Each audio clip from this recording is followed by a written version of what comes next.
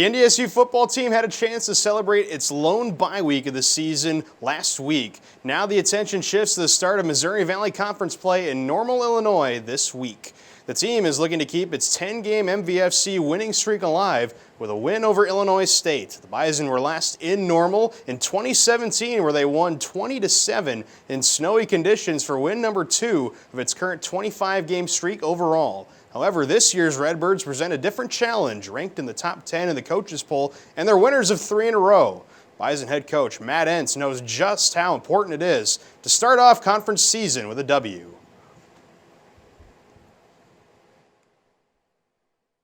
It's always critical. It doesn't matter if road win or home game. You always want to start conference playoff 1-0. And I routinely have talked to our players about trying to win the first one. And the first game of the year, the first road game of the year, the first non-conference game, the first conference game of the year. However you dice it, if you win the first ones of every year, you have a chance to start the year pretty good.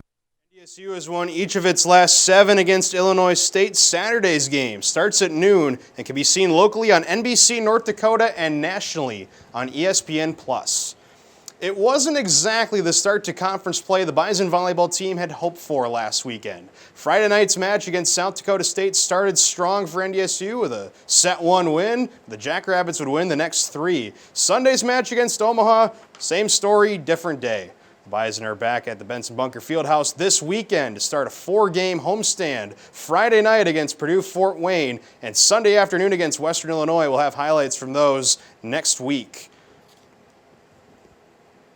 The NDSU women's soccer team begins its Summit League season this Sunday at Dakota Field against South Dakota. After a 3-1-1 start to the season, the Bison have dropped 3 of its last 4 games, allowing 2 or more goals in each. Early standouts for NDSU include senior forward Elise Huber, accounting for 2/3 of the team's goals, and senior goalkeeper Monica Polgar, keeping 4 clean sheets to this point. That game against the Coyotes on Sunday starts at 1 p.m. That can be seen on TV on Midco SN.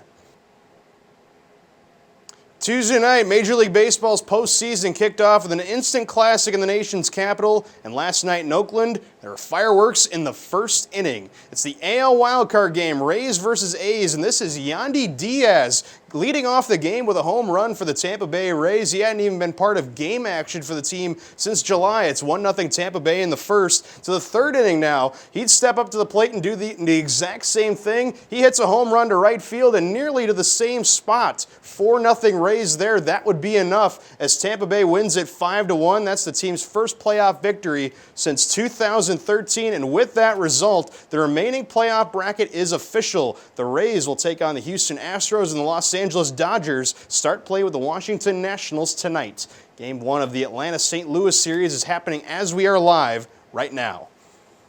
For the Twins-Yankees series in the American League, let's take a closer look at the numbers for each team coming in.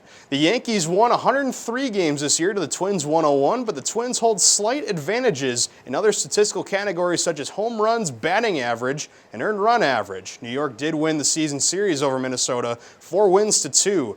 Game 1 of the series will start tomorrow at 6:07 Central Time. It can be seen on MLB Network, while Game 2 starts at 4:07 and will be broadcasted on FS1 TV. Information of the rest of the series will be revealed as the series advances.